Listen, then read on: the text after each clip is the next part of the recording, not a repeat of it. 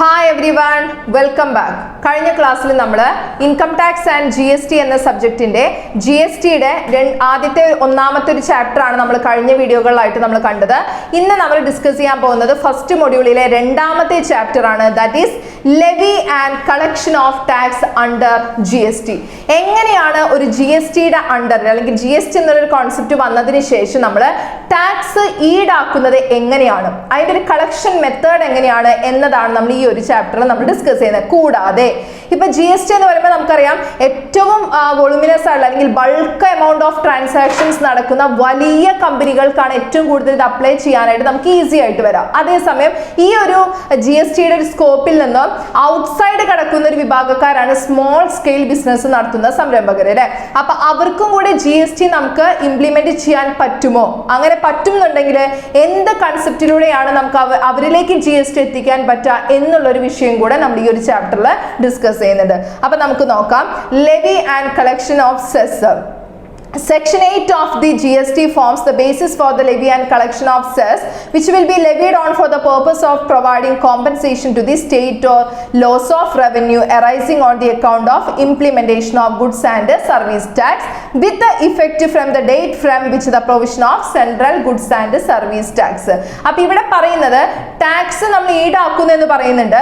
ഈ ഈടാക്കുക എന്നതുകൊണ്ട് ഉദ്ദേശിക്കുന്നത് അവിടെ കടന്നു വരുന്ന 3 ആക്ടുകളാണ് നമ്മൾ ശ്രദ്ധിക്കേണ്ടത്. CGST act, SGST act, IGST act. That is central government collect ചെയ്യുന്ന CGST, that is central goods and service ടാക്സും സ്റ്റേറ്റ് ഗവൺമെന്റ് കളക്ട് ചെയ്യുന്ന സ്റ്റേറ്റ് ഗുഡ്സ് ആൻഡ് സർവീസ് ടാക്സും integrated goods and services tax എന്ന് വെച്ചാൽ intra state supply of goods and സർവീസസിന് നമ്മൾ ഈടാക്കുന്ന tax. ഇങ്ങനെ 3 വിഭാഗമായിട്ടാണ് വരുന്നത്. അപ്പോൾ 3 വിഭാഗം ആളുകളാണ് ഈ പറയുന്ന 3 കാറ്റഗറി ഓഫ് ടാക്സ് നമ്മുടെ കയ്യിൽ നിന്നും ഈടാക്കുന്നത്. Such intrastate supply of goods and services are both as provided in section 9 of the CGST Act. ഈ intrastate supply of goods and സർവീസസിനെ കുറിച്ച് പരാമർശിക്കുന്നത് CGST ആക്ടിലെ 9ാമത്തെ സെക്ഷനിലാണെന്ന് എടുത്തു പറയുന്നുണ്ട്. അതേപോലെ തന്നെ interstate supply of goods and സർവീസസിനെ കുറിച്ച് നമ്മൾ പരാമർശിക്കുന്നത് IGST ആക്ടിലെ 5ാമത്തെ സെക്ഷനിലാണെന്ന് നമ്മളൊന്ന് ഓർത്തിരിക്കേണ്ടത് അത്യാവശ്യമാണ്. ഓക്കെ, അപ്പൊ അത്രയാണ് അതിനകത്ത് വരുന്ന 2 കാര്യങ്ങൾ. ദെൻ ഇനി നമുക്ക് നോക്കാനുള്ളത് that is composition levy under GST. എന്താണ് കോമ്പോസിഷൻ ലെവി എന്നാണ് നമുക്ക് ആദ്യം ഇനി അറിയേണ്ടത്. നമ്മൾ പറഞ്ഞു ഏറ്റവും കൂടുതൽ ബൾക്ക് ആയിട്ടുള്ള ട്രാൻസാക്ഷൻ നടത്തുന്ന കമ്പനികളാണ് ഏറ്റവും അധികം GST ഉപയോഗപ്പെടുത്തിയിട്ടുള്ളത്. അതിൽ നിന്നും നമ്മൾ മാറി നിൽക്കുന്ന അല്ലെങ്കിൽ അത് അത്രയും പെട്ടെന്ന് തന്നെ അവർക്ക് അഡാപ്റ്റ് ചെയ്യാൻ പറ്റാത്തൊരു വിഭാഗമാണ് small and medium scales business ചെയ്യുന്ന വ്യക്തികൾ. അപ്പൊ അവരെ സംബന്ധിച്ചിടത്തോളം അവർക്കും കൂടെ GST നമുക്ക് ഇംപ്ലിമെന്റ് ചെയ്യിപ്പിക്കണം, അല്ലെങ്കിൽ അവരും GST കുറിച്ച് അറിഞ്ഞിരിക്കണം, GST കൊടുക്കാൻ അവരും തയ്യാറാകണം എന്നുള്ള ഒരു ലക്ഷ്യം മുന്നിട്ടുകൊണ്ടാണ് നമ്മൾ കോമ്പോസിഷൻ ലെവി അണ്ടർ GST എന്നുള്ള അല്ലെങ്കിൽ കോമ്പോസിഷൻ ടാക്സ് സ്ട്രക്ചർ എന്നുള്ള പുതിയൊരു സ്കീം നമ്മൾ എന്ത് ചെയ്തിട്ടുള്ളത്, ഡെവലപ്പ് ചെയ്തിട്ടുള്ളത്. നമുക്ക് നോക്കാം. Composition scheme is convenient way for the small taxpayers in order to escape from too many GST formalities and to pay the tax at a fixed rate based on their business turnover. അല്ലെ, ഇവിടെ പറയുന്നത് pure ആയിട്ട് നമ്മൾ GSTനെ fully അങ്ങോട്ട് നമ്മൾ access ചെയ്യുക എന്നുള്ളതല്ല. പക്ഷേ GSTയുടെ ഒരുപാട് ടൈറ്റ് ആയിട്ടുള്ള അല്ലെങ്കിൽ വളരെ സ്ട്രിക്റ്റ് ആയിട്ടുള്ള ലീഗൽ ഫോർമാലിറ്റീസിൽ നിന്നും അവർക്ക് ഒരു റിസ്ക് ഫ്രീ ആയിട്ടുള്ള ഒരു മെത്തേഡിൽ എന്നാൽ അവരും കൂടെ എന്ത് പേ ചെയ്യണം, ഈ പറയുന്ന GSTക്ക് തുല്യമായിട്ടുള്ള ഒരു ഫിക്സഡ് എമൗണ്ട് ഓഫ് ടാക്സ് അവരുടെ ബിസിനസിന്റെ ടേൺ ഓവറിന് അനുസരിച്ച് അവരെന്ത് ചെയ്യണം, കൊടുക്കാൻ തയ്യാറാവണം. അങ്ങനെ അവരെ കൊണ്ട് അവരുടെ ബിസിനസ് ടേൺ ഓവർ അല്ലെങ്കിൽ ബിസിനസിന്റെ പ്രോഫിറ്റിനനുസരിച്ചിട്ടുള്ള ഒരു ഫിക്സഡ് എമൗണ്ട് ഓഫ് ടാക്സ് കൊടുക്കാൻ വേണ്ടി അവരെ വില്ലിംഗ് ആക്കുന്നതിന് വേണ്ടി നമ്മൾ ഡെവലപ്പ് ചെയ്തിട്ടുള്ള ഒരു സെപ്പറേറ്റ് ടാക്സ് റെജിമയാണ് എന്തെന്ന് പറയുന്നത്, that is composition levy of tax എന്ന് പറയുന്നത്. It's mainly focused on the small tax payers. ചെറിയ രീതിയിലുള്ള ടാക്സ് കൊടുക്കുന്ന അല്ലെങ്കിൽ ചെറിയ ബിസിനസ് നടത്തുന്ന ആളുകളെയാണ് അത് ഏറ്റവും കൂടുതൽ നമ്മൾ എന്ത് ചെയ്യുന്നത്, ഫോക്കസ് ചെയ്യുന്നത്. നോക്കാം നമുക്ക്. That is, it is an alternative method of levy of tax designed for the small taxpayers whose aggregate turnover in the preceding financial year did not cross the 1.5 crore. 1.5 കോടിയെങ്കിലും turn over, അത്രയാണ് അവർ പറയുന്നുള്ള limit. 1.5 കോടിയേക്കാളും exceed ചെയ്യാൻ പാടില്ല. 1.5 കോടിക്ക് താഴെ turn over ഉള്ള കമ്പനികൾക്കെല്ലാം ഈ composition levy of ടാക്സിന്റെ ബേസിസിൽ എന്ത് കൊടുക്കുക, ഒരു ഫിക്സഡ് എമൗണ്ട് ഓഫ് ടാക്സ് ആണ് അവർക്ക് കൊടുക്കേണ്ട ആവശ്യം വരുന്നുള്ളൂ.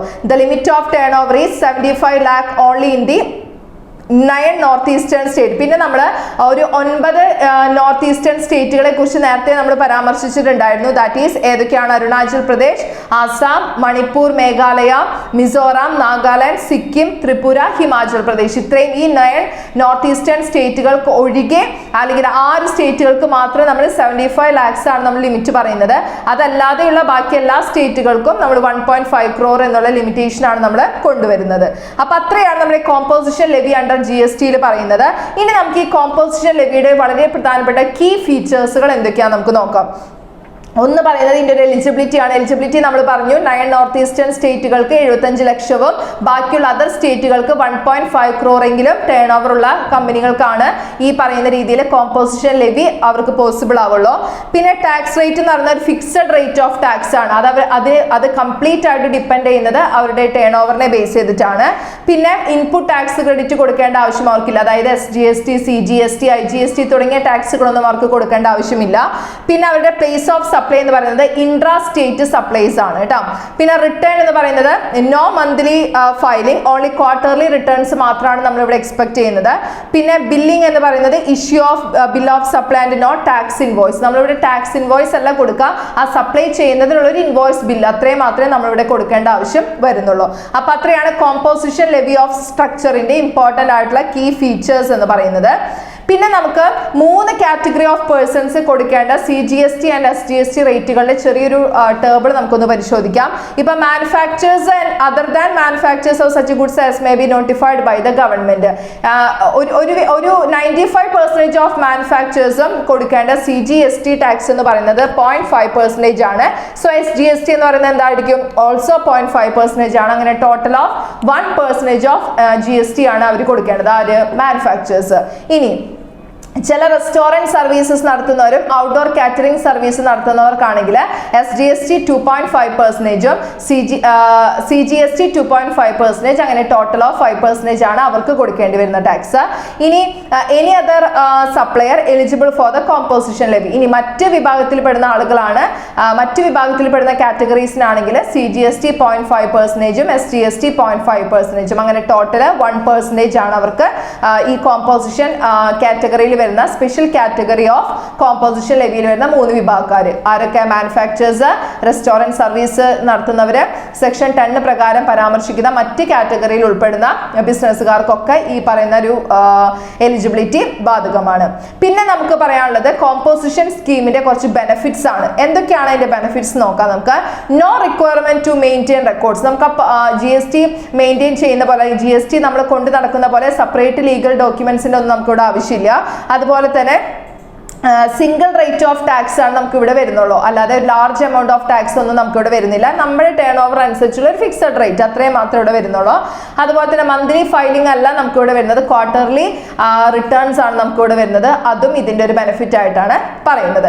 ഇത്രയും നമ്മൾ ബെനിഫിറ്റ് ഇതിനെ ചൂണ്ടിക്കാണിക്കുന്നുണ്ടെങ്കിലും അതിൻ്റെതായിട്ടുള്ള കുറച്ച് ലിമിറ്റേഷൻസ് ഉണ്ട്. നമുക്ക് എന്തൊക്കെയാണെന്ന് നോക്കാം. ഒന്ന്, ലിമിറ്റേഷൻ എന്ന് പറയുന്നത് no credit of input tax. ഇവിടെ നമുക്ക് SGSTയോ CGSTയോ IGSTയോ ഒന്നും നമുക്ക് ഇംപ്ലിമെന്റ് ചെയ്യാൻ പറ്റില്ല എന്ന് പറഞ്ഞു. അപ്പൊ അതുകൊണ്ട് ഇതൊന്നും ഇംപ്ലിമെന്റ് ചെയ്യാൻ പറ്റാത്തത് കൊണ്ട് തന്നെ ഈ ഒരു സിസ്റ്റത്തിന് അത്രത്തോളം വാലിഡിറ്റി ഇല്ല എന്നാണ് പറയുന്നത്. കാരണം എന്താ?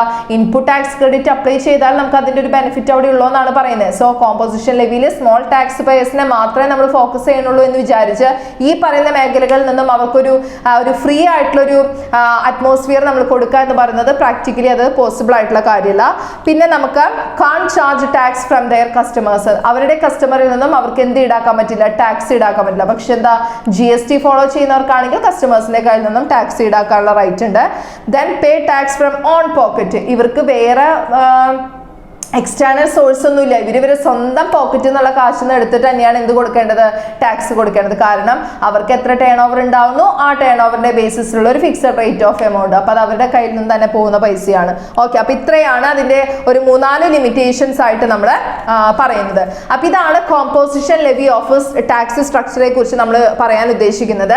മെയിൻ ആയിട്ടും ഈ ഒരു കോമ്പോസിഷൻ ലെവി സ്ട്രക്ചർ നമ്മൾ ഡിസൈൻ ചെയ്തിട്ടുള്ളത് തന്നെ ഇൻ ഓർഡർ ടു അട്രാക്ട് അല്ലെങ്കിൽ convenient for the small small tax പേയേഴ്സിന് വേണ്ടിയിട്ടാണ്. കാരണം അവർക്കും അവരും നിർബന്ധമായിട്ടും ടാക്സ് കൊടുക്കണം. പക്ഷേ GSTയുടെ പോലെ ഒരു ഹ്യൂജ് റേറ്റ് ഓഫ് ടാക്സ് അല്ല ഇവിടെ ഉദ്ദേശിക്കുന്നത്. ഒരു fixed rate of tax based on their annual turn over, ഒരു വാർഷിക സെയിൽ നോക്കിയിട്ടാണ് നമ്മൾ എന്ത് ചെയ്യുന്നത്, അതിന്റെ ബേസിസിലാണ് ഒരു ഫിക്സഡ് റേറ്റ് നമ്മൾ അവർക്ക് ചാർജ് ചെയ്ത് നമ്മൾ കൊടുക്കുന്നത്. അപ്പൊ ഇതാണ് നമ്മുടെ composition levy of tax structure എന്താണ്, എന്തൊക്കെയാണ് അതിന്റെ കീ ഫീച്ചേഴ്സ്, അതുപോലെ തന്നെ ആ ഒരു കാറ്റഗറിയിൽ വരുന്ന 3 പ്രത്യേക വിഭാഗങ്ങൾ ഏതൊക്കെയാണ്, ദെൻ അതിന്റെ ബെനഫിറ്റ്സ് ആൻഡ് ലിമിറ്റേഷൻസ് ആണ് നമ്മൾ ഇന്ന് ഡിസ്കസ് ചെയ്തത്. ഓക്കെ, ഇനി നെക്സ്റ്റ് ക്ലാസ്സിൽ നമുക്ക് GSTയുടെ വളരെ പ്രധാനപ്പെട്ട 5 സ്ലാബ് റേറ്റ് ഓഫ് GST എന്തൊക്കെയാണെന്ന് നമുക്ക് പരിചയപ്പെടാം. Thank you.